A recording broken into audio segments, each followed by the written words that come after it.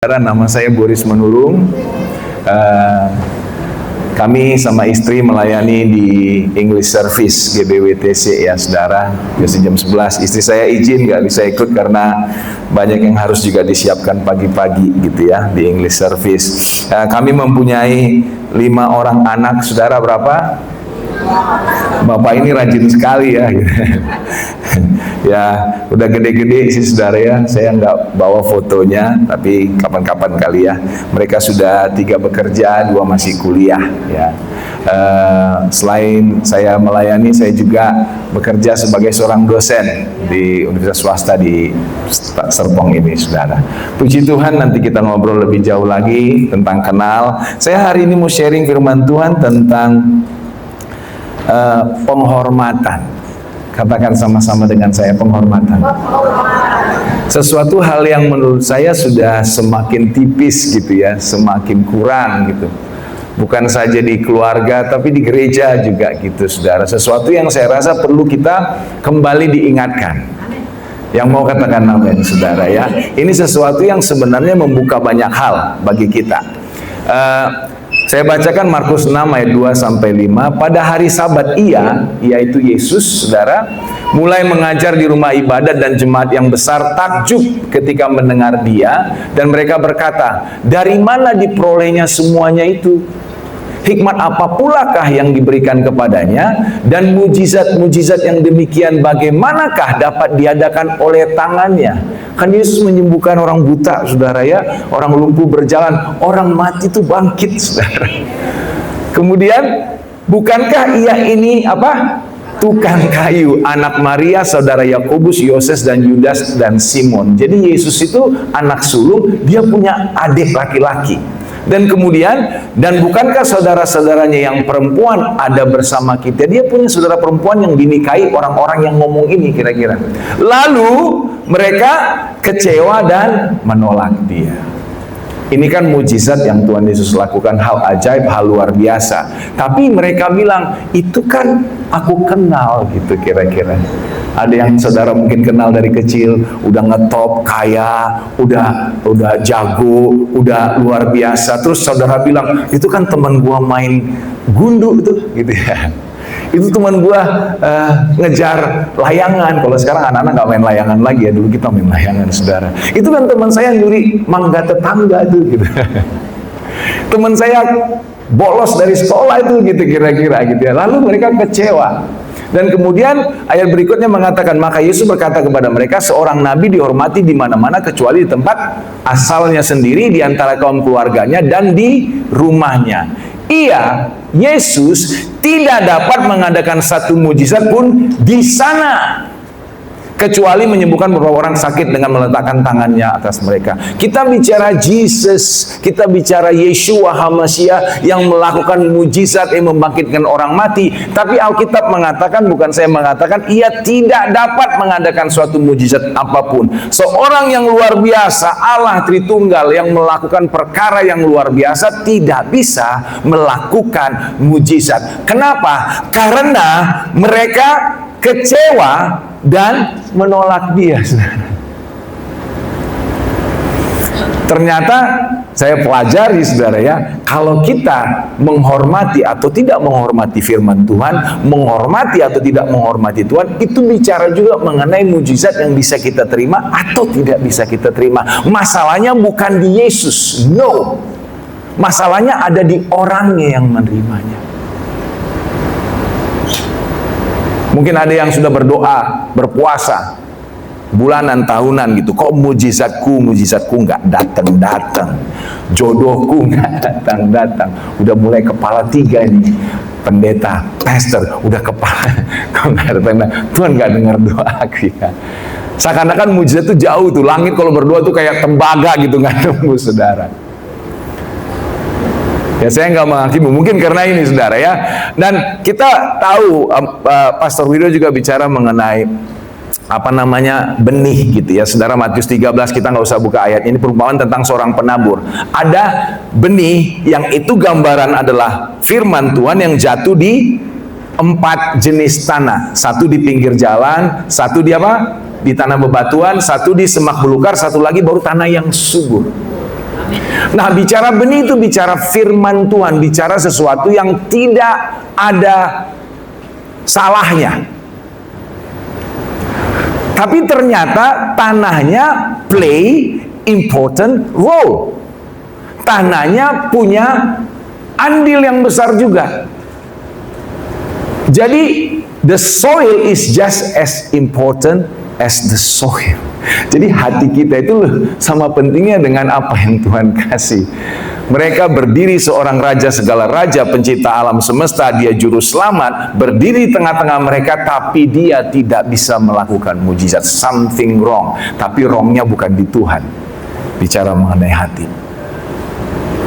Nah, saya baca ayat ini, saudara, ini perkataan Tuhan Yesus sendiri. Barang siapa menyambut kamu, ia menyambut aku. Dan barang siapa menyambut aku, ia menyambut dia yang mengutus aku. Barang siapa menyambut seorang nabi sebagai nabi, ia akan menerima upah nabi. Dan barang siapa menyambut seorang benar sebagai orang benar, ia akan menerima upah orang benar. Dan barang siapa memberi air sejuk secangkir saja pun kepada salah seorang yang kecil ini artinya nggak dianggap. Orang lain cuekin, nggak peduli gitu ya. Karena ia muridku, aku berkata kepadamu, sungguhnya ia tidak akan kehilangan upahnya daripadanya. Yang mau saya sharing hari ini, saudara ya, sebelum kita bahas nanti poin-poinnya, adalah hati kita, ini kan the year of great harvest, tahun penuaian besar. Kita berdoa, berpuasa, melakukan bagian kita. But your heart, my heart, hati saudara dan hati saya itu penting banget untuk digemburkan. Hati kita penting untuk bisa ditanam dan berbuah 30 kali lipat, 60 kali lipat, 100 kali lipat. Itu yang Tuhan mau.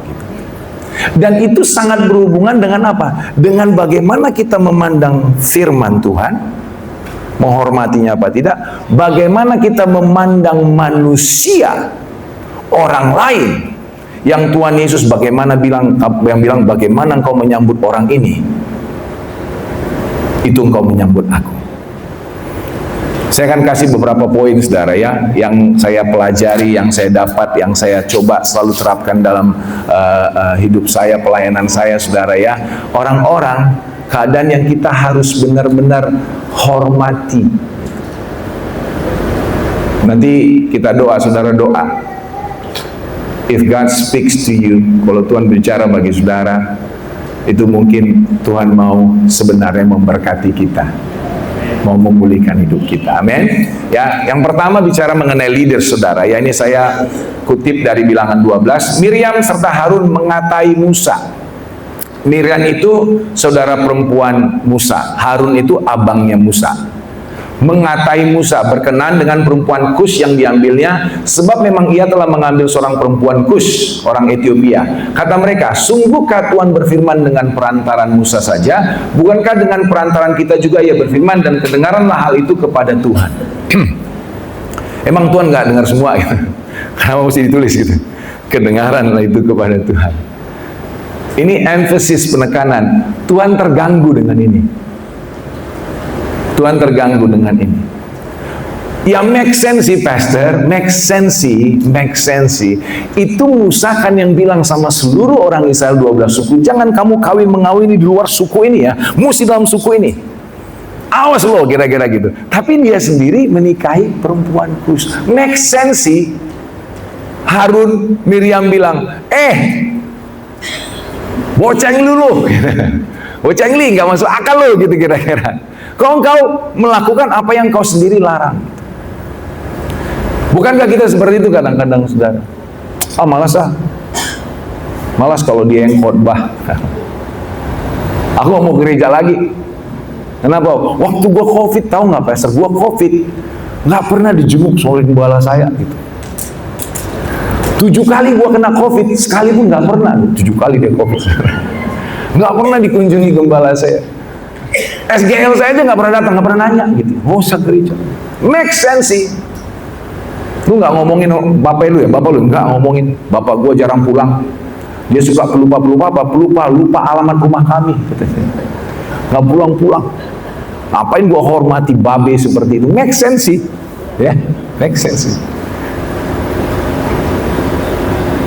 Tapi ini yang Tuhan sampaikan ya. Lalu berfirmanlah ia, Tuhan, dengarlah firmanku ini, jika di antara kamu ada seorang nabi, maka aku, Tuhan menyatakan diriku kepadanya dalam penglihatan. Sorry, kepotong, kegeser. Aku berbicara dengan dia dalam mimpi. Bukan demikian hambaku Musa, seorang yang setia dalam segenap rumahku. Berhadap-hadapan aku berbicara dengan dia, terus terang, bukan dengan teka-teki. Dan ia memandang rupa Tuhan. Lagu kita bertemu muka dengan muka gitu. Itu nanti di sana, di sorga. Tapi ini bicara dia masih di bumi, saudara. Sebab itu bangkitlah murka Tuhan terhadap mereka, lalu mereka pergilah ia. Dan ketika awan telah naik dari atas kemah, maka tampaklah Miriam kena kusta, putih seperti salju. Ketika Harun berpaling kepada Miriam, maka dilihatnya bahwa dia kena kusta. Tuhan marah. Ya, memang ada orang pemimpin kita mungkin salah gitu ya. Tapi Tuhan gak suka kita mengatai orang. Gak suka. Murka dia, saudara. Saya heran kenapa dihukumannya kusta. Bahkan itu Musa itu baik banget ya. Tuhan, tolonglah, janganlah gitu ya. Tuhan bilang, udahlah, kalau seorang bapak aja marah kepadanya, beluday anaknya kira-kira gitu, dia kan harus menerima dulu aib itu. Udah, biar dia seminggu di luar kemah. Setelah itu mungkin dia pulih gitu, saudara. Terus saya pikir kusta itu apa? Kusta itu adalah penyakit yang menyerang sistem saraf pusat, saudara. Penyakit ini secara bertahap membuat anggota tubuh seorang menjadi mati rasa, sampai-sampai semua perasaannya hilang. Makanya kalau dia lagi korengan, lagi kotor, lagi busuk, itu nggak kerasa, sehingga bisa copot, bisa luka gitu ya, nggak kerasa, saudara. Tapi ini penyakit ini menular memang, tetapi hanya melalui kontak yang lama, yang dekat, nggak kayak COVID kelewat aja, papasan gitu langsung kena. Ini mesti kontak yang lama dan intens dengan seorang yang terinfeksi, mungkin satu rumah. Makanya orang kusta kalau zaman perjanjian baru harus tinggal di luar kemah, kalau ada tembok di luar tembok, nggak boleh mereka dekat-dekat. Namun kusta sebenarnya tidak mudah menular. Mungkin ada saudara yang ngalami, ini perenungan aja gitu ya. Saudara masuk ke gereja ini gitu, doa, pujian penyembahan dah asik, saudara lirik ke kanan, udah nangis di hadirat Tuhan gitu ya. Yang sebelah kiri saudara, nangis juga rasanya kayak Tuhan gitu. Saudara, kau nggak merasakan hadirat Tuhan? Apa? Ya, saudara pagi bangun dulu waktu baru bertobat, belum lagi sikat gigi, ambil gitar, begitu jreng gitu, nangis kerasa hadirat Tuhan. Sekarang kalau nyanyi udah satu album nggak kerasa hadirat Tuhan. Ada saudara yang ngalami seperti itu, nggak usah angkat tanganmu. Mungkin, saya nggak mau menghakimi, tapi mungkin saudara udah mati rasa. Habis khotbah pendeta doain gitu ya, ceng. Saudara lihat sebelah udah tersungkur nangis, Tuhan terima kasih. Sebelah saudara kok nggak ngerasain apa-apa. I don't have any problem, Lord. Kenapa? Mungkin saudara mati rasa tanpa sadar, saudara. Karena mungkin kita nggak menghormati pemimpin kita, leaders kita. Yang kedua, saudara ya, yang kedua saya bicara mengenai gembala gitu ya, bicara mengenai pemimpin rohani. Penatua yang baik, pimpinannya patut dihormati berapa kali, saudara? 2 kali lipat, terutama mereka yang dengan jerih payah berkhotbah dan mengajar. Jadi kalau saya gambarkan begini, saudara ya, penghormatan kepada firman Tuhan, kepada orang-orang yang Tuhan taruh dalam hidup kita, walaupun dia doesn't make sense, walaupun dia kayaknya nggak patut dihormati. Saya bicara juga nanti mengenai keluarga, saudara ya, itu sebenarnya rangka Tuhan untuk kita membukakan pintu lebar-lebar supaya berkat Tuhan mengalir di hidup kita. Ya, berkat dari Tuhan, tapi Tuhan selalu pakai wadah, selalu pakai channel, selalu pakai instrumen untuk mengalirkan berkatnya kepada kita, saudara. Entah itu suamimu, istrimu, pimpinanmu, gerejamu, gembalamu, gitu kira-kira, saudara.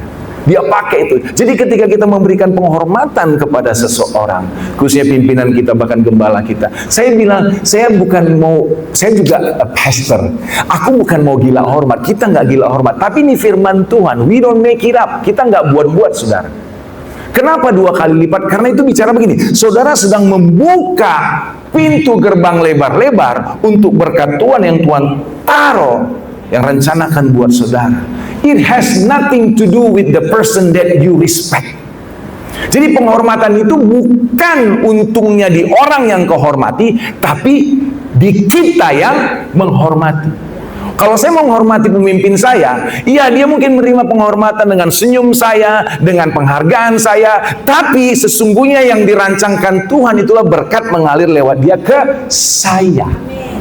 I have the advantage. Aku memiliki keuntungannya gitu, saudara. Tapi lebih daripada hitung-hitung untungnya dan gak untungnya, ini adalah firman Tuhan. Mengikuti Tuhan itu memberikan penghormatan. Makanya kalau ada hamba Tuhan dari Pastor Niko gitu ya ke Pastor Wiryo, tahun ini tahun the year of great harvest. Ada begitu bulan pertama, ya Tuhan aku terima. Walaupun masuk ke mimbar ini khotbahnya itu melulu tiap bulan, orangnya itu juga gitu ya, kok gitu-gitu. Tapi begitu dia dengar firman, pengajaran, dia terima, dia hormati itu firman lewat hamba Tuhan ini. Belum lagi bulan ketiga, masih bulan kedua, dia mengalami great harvest. Saya dulu dengar kesaksian teman-teman pelayanan ya, tahun ini tahun promosi kata Pastor Niko gitu. Belum lagi bulan kedua, dia udah nerima promosi itu. Karena di hatinya, aku terima ini firman dari Tuhan. Tapi kita udah bulan berapa nih? Mau masuk bulan ke-8 gitu, saudara. Saudara mengalami harvest nggak gitu? Katakan amin, saudara. Mengalami harvest nggak? Harus dong gitu, saudara. Tapi ini penting. Untuk apa? Untuk kita sebenarnya. Please understand, tolong mengerti bahwa saya nyampein ini bukan untuk untuk kita gila-gila hormat gitu ya, saudara. Enggak. Ini firman Tuhan. Sesungguhnya Tuhan mau mengajarin kita, dan ini akan membangun gereja kita, ini akan membangun komunitas kita, membangun kersel kita, saudara. Karena kita hidup saling menghormati. Terlepas dari kekurangan, kelemahan. Oh, orang semua punya kelemahan, saudara. Sebut saja gitu. Cuma Yesus yang nggak punya kelemahan. Next, saudara ya. Yang berikut, posisi di surga. Ini saya juga kagum waktu saya pelajari ini, saudara. Ternyata di surga itu ada posisi gitu. Di dalam penjara, Yohanes mendengar tentang pekerjaan Kristus, lalu menyuruh murid-muridnya bertanya kepadanya, engkaukah yang akan datang itu, atau haruskah kami menantikan orang lain? Yesus menjawab mereka, pergilah dan katakan kepada Yohanes apa yang kamu dengar dan kamu lihat, orang buta melihat, orang lumpuh berjalan, orang kusta menjadi tahir, orang tuli mendengar, orang mati dibangkitkan, dan kepada orang miskin diberitakan kabar baik. Dan berbahagialah, dia mirip ayat tadi, berbahagialah orang yang tidak menjadi kecewa dan menolak aku. You see, ini Yohanes Pembaptis. Sebelum dia di penjara, dia bilang, aku itu membaptis kamu dengan air, tapi nanti akan datang yang lain membaptis kamu dengan api, dengan roh gitu. Dia ngomong. Kemudian waktu Yesus lewat, dia bilang sama murid-muridnya, tuh, anak domba Allah yang menghapus dosa manusia. Bahkan ketika Tuhan Yesus bilang, baptis aku nggak layak Tuhan. Aku membuka tali kasihmu aja nggak layak gitu. Dia ngerti Yesus itu juru selamat. Tapi ketika dia di penjara, mulai ragu. Dia nanya tuh, benar nggak ini yang kita nantikan?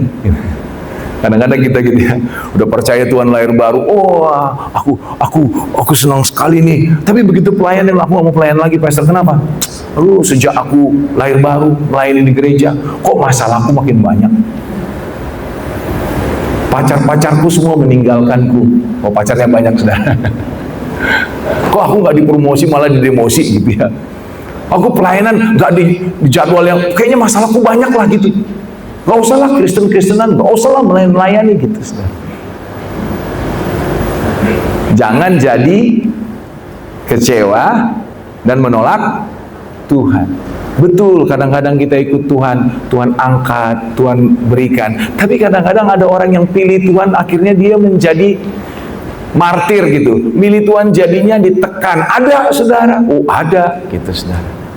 Tapi pilih Yesus nggak pernah salah. Maupun kita menderita 70 tahun selama hidup, 80 tahun, 100 tahun selama hidup, kita tahu kita akan hidup kekal selama-lamanya di sorga, saudara. Kekal itu lama sekali, saudara. Jadi ternyata di sorga itu Tuhan bilang begini, aku berkata kepadamu, sungguhnya di antara mereka yang dilahirkan oleh perempuan tidak pernah tampil seorang yang lebih besar daripada Yohanes Pembaptis. Namun yang terkecil dalam kerajaan sorga lebih besar daripadanya. Masuk sorga sih. Mungkin saudara kecewa gitu ya, nggak mau pelayanan lagi, masuk sorga sih saudara. Tapi ternyata saya nggak tahu posisi itu gimana gitu-gitu di sorga nanti ya. Tapi ada ternyata saudara. Sampai sini saudara mengerti? Kita lanjutkan ya. Ini bicara sekarang tentang parents. Harus hormati orang tua ya, Pastor. Alkitab bilang iya. Tapi orang tuaku kayaknya nggak layak dihormati. Coba kita bahas saudara ya. Nuh menjadi petani, dialah yang mula-mula membuat kebun anggur.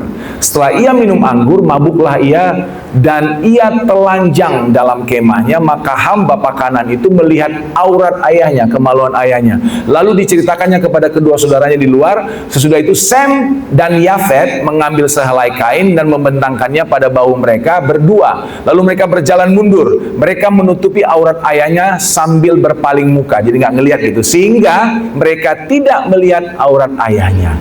Setelah Nuh sadar dari mabuknya dan mendengar apa yang dilakukan anak bungsunya kepadanya, berkatalah ia, apa saudara? Terkutuklah Ham. Bukan Ham saudara, Kanaan. Kanaan itu kan nggak ada di sini. Kanaan itu anaknya Ham. Hendaklah ia menjadi hamba yang paling hina bagi saudara-saudara. Saya merenung, salah apa sih Kanaan Tuhan? Tadi kan kita bicara mengenai sikap menghormati, mengenai kusta itu saudara ya. Itu menular.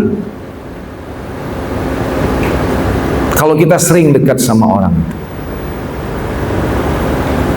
mati rasa. Jangan sering-sering gaul sama orang-orang yang suka mencemooh, saudara, yang tidak menghormati orang lain, yang mengata-ngatai orang lain. Kersel, bersilah dari situ. Yang setuju katakan amin. Bersilah dari hal duduk langsung ngomongin pemimpin lah, ngomongin gembala lah, ngomongin orang lah gitu ya. Kalau saudara sebut namanya untuk mendoakan, oke, saudara. Ada hubungannya dengan ini, saudara. Saya merenung gitu ya. Kadang-kadang saya harap, ini contoh aja, nggak ada di sini, saya yakin nggak ada di sini, saudara. Pulang satu keluarga, babe nyetir, mami di samping, anak-anak di belakang, begitu naik mobil gitu ya. Khotbahnya gitu banget tuh pendeta, gitu kira-kira. Kok gitu banget sih? Kayaknya aku udah ngerti, salah itu. Wah, pokoknya dibahas gitu ya. Atau mungkin ada jemaat English Service bilang mengundang, atau jemaat sini ngundang Pastor Pinom gitu ya, ngundang main ke rumah gitu. Mamanya bilang, hari Minggu sore Pastor Pinom mau main ke rumah kita. Oh iya ma, oh iya. Begitu datang, kita siap-siap yuk gitu. Anaknya bilang, oh udah datang, shalom Pastor Pinom, shalom. Pastor Pinom sering loh diomongin di rumah. Ya, ngomongin apa gitu? Katanya khotbahnya sih oke, tapi kelamaan. Gitu. Anak-anak itu kan jujur ya saudara ya. Ada yang kadang-kadang telepon gitu, Pak, si Anu telepon, oh bilang papa nggak ada. Papa bilang papa nggak ada. Kesannya sih lucu saudara. Tapi bukankah kita orang tua ngajarin yang nggak benar sama anak kita? Mereka jadi pembohong, jadi orang munafik. Soalnya di gereja tuh nyalam pendetanya gitu. Di mobil ngomongin gitu. Ngajarin anak yang munafik. Saya ngebayangin gitu, Ham itu di rumahnya gimana. Ham itu pasti kayak gitu. Bayangin, bukan kan, jangankan zaman dulu sekarang aja masih tabu kita ngelihat, kecuali orang-orang yang aneh gitu ya saudara, ngelihat orang telanjang, bapaknya sendiri. Bukannya ditutupin, diomongin sama saudaranya itu, papa telanjang tuh gitu. Dan kita tahu rasa hormat itu Sem dan Yafet tuh berjalan mundur. Kesandung deh gitu. Yang penting gak gua kelihat aurat bapakku. Firman Tuhan ini gak ada yang salah, saudara ya. Gak ada salah cetak. Saya pernah lihat tuh. Jadi cerita seorang anak kecil gitu ya. Dia bikinin meja-mejaan. Terus cuma 4 meja. Jadi apa itu kata mamanya? Ini nanti meja makan rumahku, kata dia. Aku duduk di sini. Nanti suamiku duduk di sini. Terus anakku 2 di sini. Mama di mana? Mama di ujung sana aja. Kaget mamanya. Rupanya sekarang begitulah di rumah mereka. Mereka makan semeja, poponya ditaruh di ujung. Opung borunya ditaruh di ujung. Kenapa? Karena sudah gini-gini kalau makan. Udah gemetaran. Gangguin aja. You see? Anak kecil aja ngelihat tingkah laku. Mungkin Kanaan begitu. Ngelihat apa yang dilihatnya dari ayatnya kan ada, saudara ya.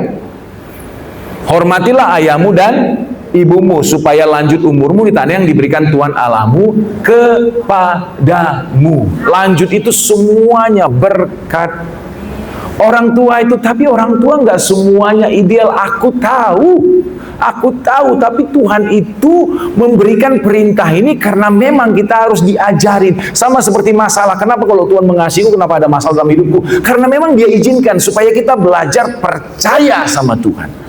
Kalau saudara nggak pernah ngalami sakit gitu ya, saudara nggak pernah ngalami masalah, nggak pernah belajar percaya. Saya baru terima Pastor Budi. Saya dari bulan Februari sampai bulan Mei kemarin saya kemoterapi, saudara. Saya diagnosa kanker kelenjar getah bening gitu, saudara ya. Tapi justru lewat itu semua aku merasakan kebaikan kasih Tuhan, kekuatan Tuhan, masih bisa bekerja, masih bisa pelayanan, dan semuanya Tuhan tuntun, bahkan biaya-biayanya, bahkan dicukupin, bahkan lebih, saudara, gitu ya. Tuhan itu baik, dan aku diajarin untuk selalu percaya, selalu mengucap syukur. Kalau kita mengucap syukur waktu semua baik sih, orang nggak percaya juga bisa, gitu. Orang tua nggak semua ideal, aku tahu. Bapak saya udah meninggal tahun 2012. Tapi saya ingat ketika saya menikah sama istri saya bergabung dengan gerejanya Pastor Niko gitu ya, melayani. Walaupun kecil-kecilan, Asyar di Dulukul namanya ya, gitu saudara ya. Dan saya sungguh-sungguh. Tapi setiap kali bapak saya tinggal di Pematang Siantar di Sumatera Utara. Saya besar di sana. Setiap kali saya telepon bapak saya, apa kabar Pak gitu. Mungkin kalimat ketiga keempat dia akan tanya lagi, kamu masih gereja di gerejamu itu? Gitu. Dia nggak suka saya bergereja, apalagi melayani di gereja karismatik, nggak suka. Bukan karena dia ngerti nggak ngerti, tapi dia nggak suka aja gayanya. Ngapain kamu tuang angkat tangan gini? Mau tinju Tuhan gitu. Kamu ngasih persepuluhan ya? Gitu. Macam lah saudara. Apa itu bahasa roh itu gitu ya? Wah dia bahas. Saya coba awal-awalnya. Mendebat lah, dalam arti kasih pengetahuan saya. Tapi saya bilang, wah kamu tahu apa? Bapak saya itu juga seorang organis di gereja, gitu. Gereja Polk Okumene, karena bapak saya tentara. Jadi gereja kita itu gereja Okumene, gitu. Kalau saya pulang ke Pematang Siantar, duduk sama teman-temannya, udah deh saya dibully deh saudara. Ini si Boris ini udah sesat ini katanya. Udah sesat gitu. Gitu. Tahun 2006 bapak saya itu sakit. Dia itu memang waktu itu udah 74 tahun kali ya, udah 72 73 tahun lah. Udah lumayan usianya. Tahun 2006. Jadi itu kira-kira 73 tahun lah. Dia tuh nggak mau makan banyak. Sampai dia cuma makan 2, tahu saudara roti regal? 2 biji aja gitu makan. Perutnya ngambek. Perutnya tuh nggak mau terima apapun, termasuk air liur.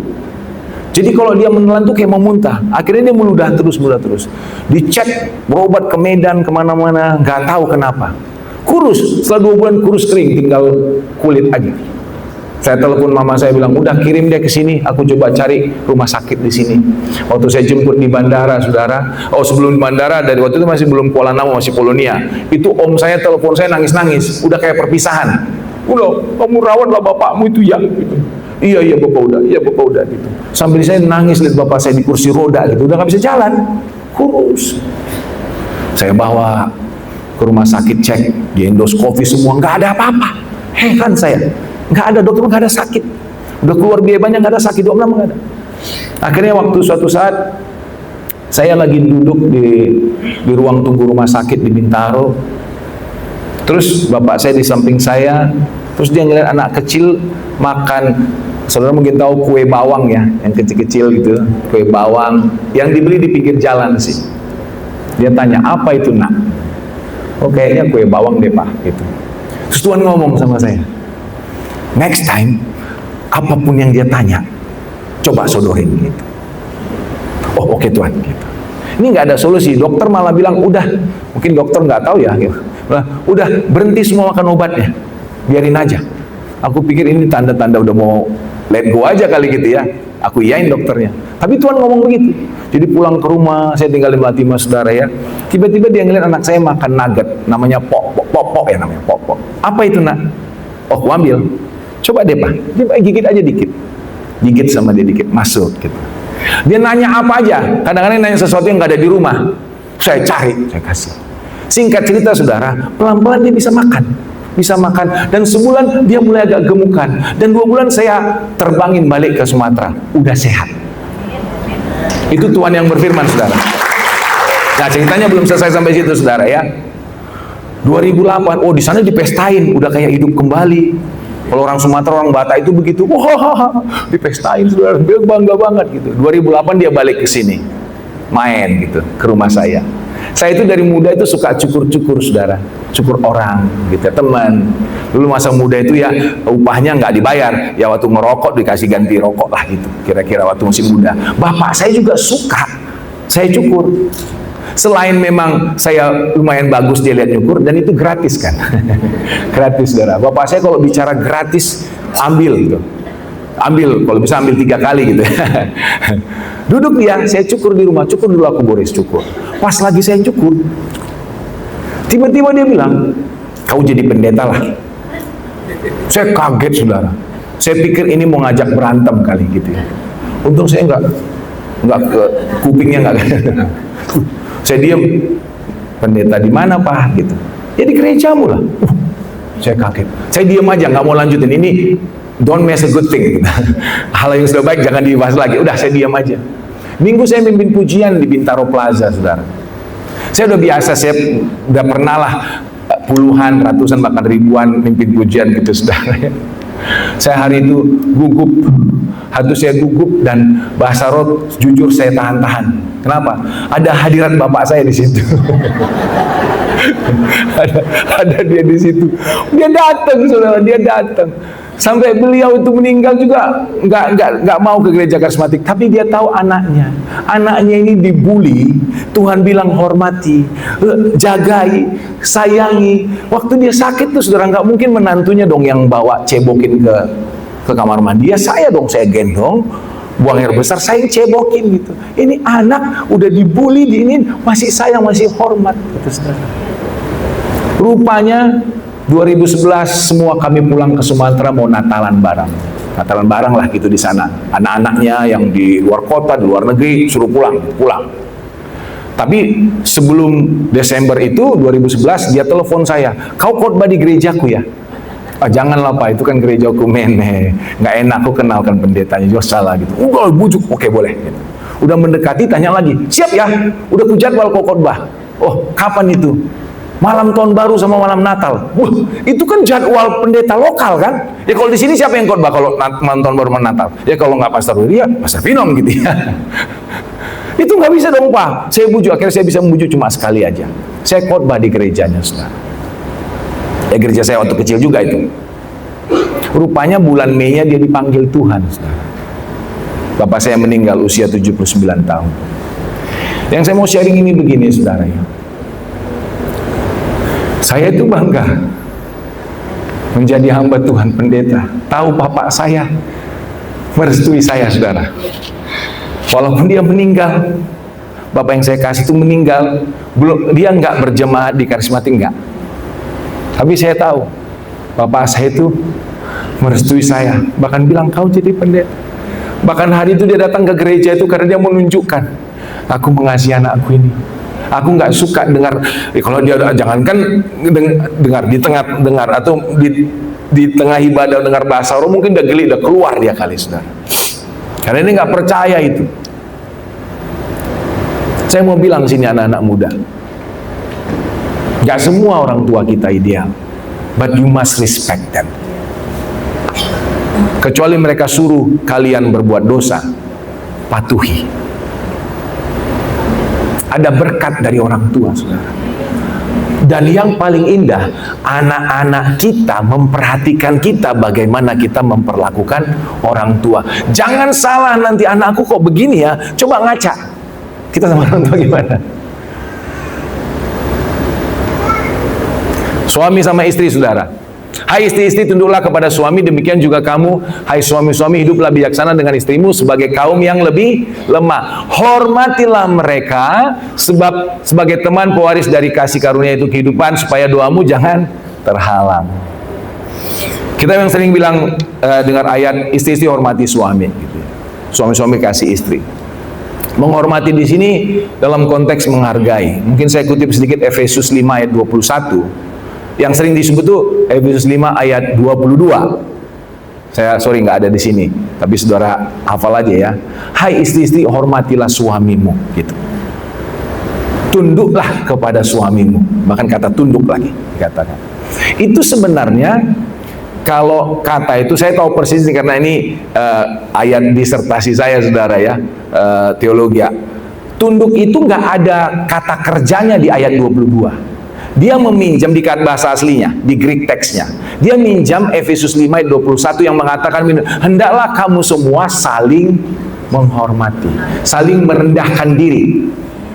Hupotaso, saling merendahkan diri. Baru ayat 22 bilang, istri kepada suami. Jadi nggak ada kata kerjanya. Jadi kita semua itu harus saling merendahkan diri satu dengan lain, menghormati. Nah, bicara tunduk itu akhirnya bicara mengenai peran atau role ya, suami istri gitu, bukan bicara siapa bos, siapa bukan bos gitu. Nah, ini bicara menghormati mereka supaya doamu jangan terhalang. Nggak sulit kok. Ini saya minta dukungan istri-istri gitu ya. Menghormati istri itu nggak sulit gitu ya. Kalau istri udah mulai, kadang kita pulang kantor gitu ya, mungkin yang istri yang nggak bekerja gitu ya, ada juga yang bekerja, kita tuh pulang sama-sama gitu ya, dia mau cerita, istri kan suka cerita itu. Yang katanya itu berapa belas ribu kata. Suami lebih dikit, saya lupa 15.000 gitu ya. Suami cuma itu pingin ngomong. Kalau saya pulang itu cerita, Pak tahu nggak si tukang sayur begini-gini. Menghormati simple. Kita kan capek juga. Udahlah nanti aku capek. Jangan suami-suami, dengerin. Itu senang tuh. Gitu. Atau dia telepon, Pak tahu nggak ini begini ya. Suami-suami kalau bijak gitu lah, aku transfer berapa. Ah itu dia senang itu. Iya. Langsung tenang hidupnya gitu. Jadi saya pernah cerita tentang masalah di sekolah gitu ya. Cerita dia tentang ini masalah ya udah besok aku bantu aku ke sana. Dia malah marah. Bukan Pak, aku nggak mau papa selesai. Kalau laki-laki gitu, cari solusi, selesaikan masalah. Itu enggak, aku cuma mau cerita aja kata dia. Ya saya bertobat lagi. Saya sering bertobat saudara ya. Khusus buat keluarga. Oh iya oke saya bertobat. Saya dengerin aja gitu. Oh iya sayang. Udah dia puas. Kadang-kadang dia cuma cerita itu udah puas kita saudara ya. Udah udah ngerasa kayak plong gitu. Bahkan belum ada pun solusi dia udah senang saudara. Menghormati itu seperti itu. Kira-kira contohnya. Ya kalau nambahin belanja juga menghormati ya Bu ya. Betul. Yang ibu-ibu katakan amin. Supaya doamu jangan terhalang. Saya izin kutip kesaksian Pastor Wiryo cerita gitu ya. Kalau nggak salah di Kersel Inti atau di mana saya lupa beliau cerita. Tapi dia cerita seorang bapak. Bapak itu tender ya, project gitu. Dia bilang, Pastor Wiryo doain saya dong. Setiap kali mau tender, mau project itu nggak jebol-jebol, nggak dapat gitu. Ya udah, saya doain Pastor Wiryo. Berikutnya telepon lagi, Pastor Rio masih enggak ini. Ya udah, boleh ketemu nggak? Boleh. Tapi barang istri gitu. Pastor Rio bilang, aku nggak dapat dari Tuhan, kenapa ya gitu. Nah begitu mereka ketemu berdua, terus suaminya cerita, iya Pastor, ini nggak tahu nih kenapa ya, nggak jebol-jebol project nih, nggak dapat. Terus istrinya tiba-tiba nyeletuk, ya gimana nggak jebol? Nggak pernah bilang sayang sama saya, gitu. Langsung Pastor dapat, oh ini dari Tuhan, gitu. Terus bilang, ya Pak, nanti mulai besok bilang sama Ibu ya, I love you, gitu kira-kira. Oh baik Pastor. Kira-kira berapa lama telepon lagi sama Pastor Rio, gimana? Belum Pak. Setiap kali aku bilang tiap pagi I love you sama istriku, dia bilang gini, korban. Setelah disuruh Pastor Wiryo baru ngomong gitu. Akhirnya Pastor Rio telepon bilang sama istrinya, Ibu, kalau Bapak udah bilang I love you, balas ya, bilang I love you too. Ini cerita Pastor Wiryo ya, saya izin pinjam gitu saudara. Akhirnya istrinya mau. Begitu bilang I love you too. Suami itu diajari untuk menghormati sesimpel itu, saying I love you. Betapa senangnya, apalagi perempuan-perempuan yang bahasa kasihnya adalah words of affirmation gitu. Sering kan wanita-wanita, gak usah angkat tangan ya, bilang sama suaminya, aku masih cantik nggak apa gitu. Istri saya pernah gitu tuh, saya udah mau kantor, mau buru-buru, Papa bentar, kirain ada apa gitu ketinggalan. Kenapa? Papa sayang sama aku kan. Ya ampun, di hati saya bergejolak gitu. Saudara tahu angsa ya? Angsa itu kalau kita dilihat di kolam, itu kan kayak anggun jalan. Tapi kalau saudara lihat di bawah air, dingin tuh. Ya kayak gitu saya. Di depan, di sini kayaknya tenang. Tapi di hati, ngapain sih? Ini mau ke kantor. Ya tentulah aku sayang Mama gitu. Tapi Tuhan ingatin, kamu harus bilang, oh iya sayang, aku sayang kok sama kamu gitu. Itu kalau perempuan gitu, kadang-kadang nggak perlu dibawa ke Turki saudara, walaupun oke juga ya, Bu ya. Oke juga sih, dibawa ke Bali oke juga gitu ya, ke Kapadokia gitu ya. Akhirnya setelah itu project Bapak ini jebol. It doesn't make sense kan? Kadang-kadang kita pikir, kenapa sesimpel itu cuma bilang I love you sama istri jadi jebol proyek? I don't know. That is the word of God. Kita kalau menghormati pasangan kita, doa kita itu nggak terhalang sudah. Yang setuju katakan amin. Yang setuju ibu-ibu nih, yang setuju katakan amin. Kencang ya ibu ya, nggak bawa suaminya tuh ibu. Nggak ada. Amin. Suami sebelah gitu ngomongnya ke kupingnya, amin gitu. Biar budak, biar ingat gitu saudara. Yang terakhir saudara ya, habis itu kita doa. Anak, aduh, anak-anak sekarang perlu dikasihi gitu ya, perlu dihormati dalam konteks bagaimana kita menghargai mereka. Hai bapak-bapak, janganlah sakiti hati anakmu supaya jangan tawar hatinya. Hargai anak kita. Saya tadi bilang 5 anak saya. Anak nomor 1 saya itu suka, ya dibilang bermasalah sih, adalah masalah dia. Jadi kira-kira 12 tahun yang lalu lah, saya kan mengembalakan di English Service. Saya tanya Tuhan di bulan Desember, Tuhan kemana arah English Service tahun depan Tuhan. Tuhan bilang, kamu nanti kalau perjamuan, karena kamu yang khotbah, kamu khotbah tentang kasih ya gitu. Baik Tuhan gitu. Nah anak saya ini yang nomor 1, Duan namanya, awalnya suka sekali sekolah, senang, excited, anaknya baik, anaknya ceria gitu. Tiba-tiba dia kayak malas sekolah, nilainya jelek gitu. Saya tanya, kenapa bang? Malas aja Pak. Ya belakangan saya tahu dia itu suka dibully sama bulinya, bully biasa gitu. Dia kan kulitnya kayak saya kan nggak terlalu hitam ya Pak Budi ya, nggak terlalu hitam ya, tapi dia bilang hitam karena memang teman-temannya pada rata-rata Chinese gitu. Ya tentu dia diejek, kenapa? Karena adiknya banyak, rajin banget babelu, punya banyak. Jadi nggak suka sama adiknya. Entah kenapa dia nggak suka sekolah gitu. Saya sempat marah, saya sempat tegur, kenapa, ada masalah apa? Dia nggak bisa cerita juga gitu. Nah Tuhan ngomong sama saya sepanjang 2013, saya khotbah mengenai kasih, saya gali semua tentang kasih gitu. Dan sepanjang itu ada dialog saya sama Tuhan. Dan kira-kira summary-nya begini, summary-nya aja saudara ya. Boris, aku tuh mengasihimu. Oh ya makasih Tuhan, kau baik ya. Walaupun kau kadang-kadang ngawur kan, oh ya Tuhan, ampuni ya Tuhan, Tuhan baik. Tahu nggak kenapa aku mengasihimu? Kenapa Tuhan? Karena engkau anakku, kata Tuhan. Oh, makasih Tuhan. Nangis gitu ya, ada dialog saya lah sama Tuhan sepanjang masa-masa itu. Tapi lanjutnya Tuhan ngomong gini, lakukan yang sama kepada Duan. Wah, saya panggil istri saya cerita, kita kumpulin anak-anak yang 5 itu, saudara, kita cerita, kalian boleh, pokoknya kalian lakukan aja yang terbaik, sekolah, nanti kalau bekerja, apapun hasilnya, Papa Mama tetap sayang sama kalian. Karena, bukan karena kalian bagus apa enggak, tapi karena engkau anak Papa Mama. Because you're my son, because you're my daughter. Gitu kita lakukan, saudara. Jadi mereka kalau sekarang juga tanya, kalau berhasil lakukan ini, bagus ya gitu. Tapi Papa bukan karena kamu bagus, Papa sayang loh. Tahu, because I'm your daughter, because I'm your son, gitu udah tahu mereka. Setahun 2 tahun kita pikir berubah ini anak, enggak. Itu kalau ke sekolah sama Bu Yohana gitu, kata Lia ngantar gitu, istri ngantar gitu. I love you bang, itu jalan aja dia. I love you bang, jalan dia, nggak balas dia, jalan aja gitu. Sama adiknya juga cuek, ketus gitu. Sampai naik SMA, masih juga nilainya jelek. Ini anak nggak bodoh, pintar nih. Tapi kok gitu ya? Jadi dia kalau sekolah itu, saudara, dia lihat soal, rupanya dia ada SAD juga, apa itu Society Anxiety Disorder. Kita bawa ke dokter gitu. Jadi kalau lihat soal, dia buka, ada mungkin yang dia pikir yang sulit, dia nggak kerjain, dia tidur dia. Tapi memang mulai SMA dia mulai sayang adiknya. Datang ke kamar saya, bisa nyeruduk kepalanya di dada saya elus-elus, ngobrol-ngobrol, udah begitu, saudara, udah mulai ada perubahan gitu. Tapi kelas 3 SMA, malah dia hampir nggak lulus. Dia hampir nggak lulus loh Bu Yana, hampir lulus loh. Sampai sekolah bantu, bikin PR gitu, bantu. Akhirnya lulus lah. Mau kuliah juga, dia nggak mau kuliah. Aduh, Tuhan, udah hampir 5 tahun, 6 tahun aku disuruh Tuhan untuk mengasihi, menerima dia dan menghargai dia, tapi kok nggak ada perubahan Tuhan gitu. Tapi Tuhan bilang, kasihi. Yang lebih penting, dia mengetahui bahwa engkau mengasihi dia. Bukan kita kan bisa mengasihi dengan cara kita ya gitu ya. Kayak bapak-bapak, ya kan udah aku bayar uang kuliahnya, udah aku bayar uang sekolahnya, aku mengasihi dia, itu bukti. Tapi dia mungkin nggak ngerasa itu. Tapi dia harus ngerasa dikasihi. Ya Tuhan, aku kasih. Akhirnya mamanya juga yang ngelamar kuliah.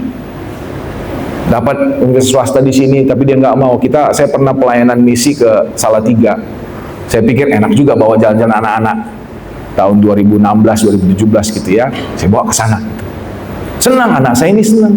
Dia bilang, boleh nggak lamarin ke UKSW mah?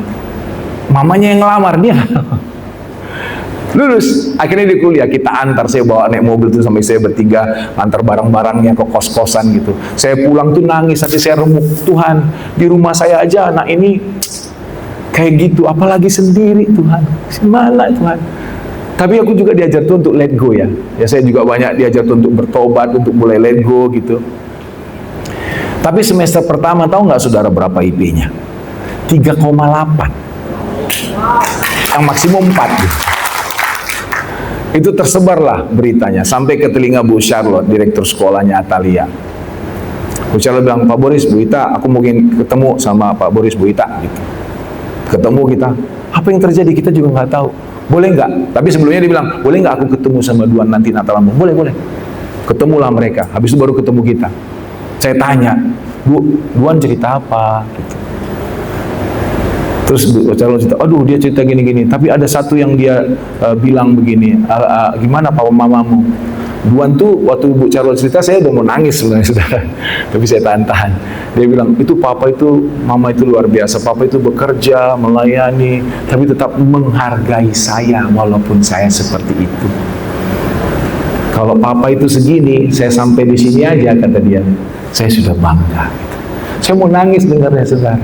Aduh Tuhan, ternyata butuh bertahun-tahun begitu untuk menghargai anak kita. Rupanya dia punya kendala juga dari kejiwaannya. Ya baik-baik dia udah bekerja sekarang. Cuma memang dia orangnya rupanya ternyata pintar sekali. Jadi mikirin jauh gitu saudara. Jadi masalah lah sampai skripsinya nggak mau diselesain gitu ya. Tuhan juga ajar saya untuk sabar gitu. Suatu hari terakhir aja saudara, karena waktunya ya. Terakhir waktu saya pulang, dia masih kuliah waktu itu, sekarang udah kerja. Istri saya lagi teleponan sama dia. Ini kamu ngomong sama Papa deh, kata istri saya. Saya pegang, saya telepon. Bang, apa kabar? Kenapa? Ada apa? Itu tuh Mama selalu suruh saya gereja-gereja Pak. Bukan aku nggak mau kepercayaan Mama juga kepercayaanku, tapi hatiku belum ke sana, kata dia. Ini papanya pendeta, mamanya pendeta, saudara dengar itu gimana gitu ya. Tapi Tuhan bilang, kau hargai, kau hormati anakmu, kasihi dia. Saya bilang gini, Pak, Bang, Papa Mama itu udah kenal Tuhan Yesus. Nggak ada jalan lain, cuma Tuhan Yesus. Dan Papa rindu kamu dan adik-adikmu itu percaya dan melayani Tuhan Yesus. Itu kerinduan kami. Tapi kalau belum, Bang, ini kalimat saya, kalau belum, Bang, I still love you. You know why? Because you're my son. Tiba-tiba hening di ujung sana. Terus kira-kira berapa detik, ku dengar dia terisak-isak. Itu bukan suara anjing ya, saudara. Suara dia nangis. Gitu, saudara. Dia memang naik turun, tapi hubungan kami dekat. Aku tahu dia sedang berakar ke bawah yang Tuhan taruh. Ayo orang tua, anak kita itu sekarang tantangannya jauh lebih besar dari tantangan kita sebagai anak-anak dulu. Sosial media, orang-orang yang mereka lihat sekelilingnya. Boleh pemusik siap bantu saya ya. Yuk kita mulai memberikan penghormatan kepada orang-orang yang harus kita beri penghormatan. Terlebih firman Tuhan dan firman F ya, kasih F. Mari bangkit berdiri.